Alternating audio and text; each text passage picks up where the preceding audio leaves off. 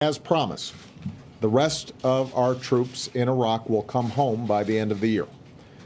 After nearly 9 years, America's war in Iraq will be over.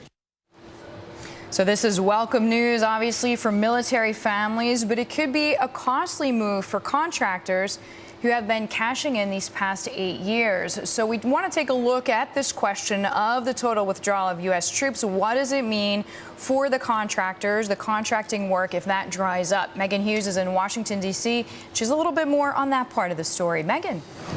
Hi there, Deirdre. That's right. Our analysts at Bloomberg Government have been taking a look at how the troop levels impact contractors over there. And bottom line, you can expect a big drop there in the contracting business as well. Since military personnel peaked back in 2007, the number of contractors has closely tracked with the number of troops. Since September of 2007 through September of this year, troops dropped almost 73%.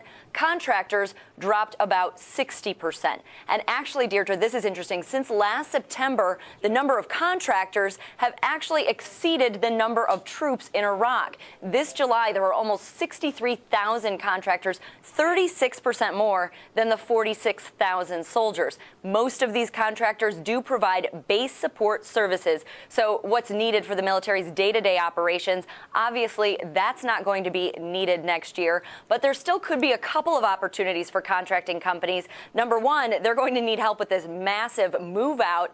Number two, training Iraqi forces after the U.S. forces move out. That could be contracted out. But that's really not as much work, Deirdre. As of July, those providing that kind of training, the contractors, that made up less than 1% of the total contract workforce in Iraq. Now, as far as companies that'll be hit, the major one to look at and the major one to watch is KBR, based out of Houston.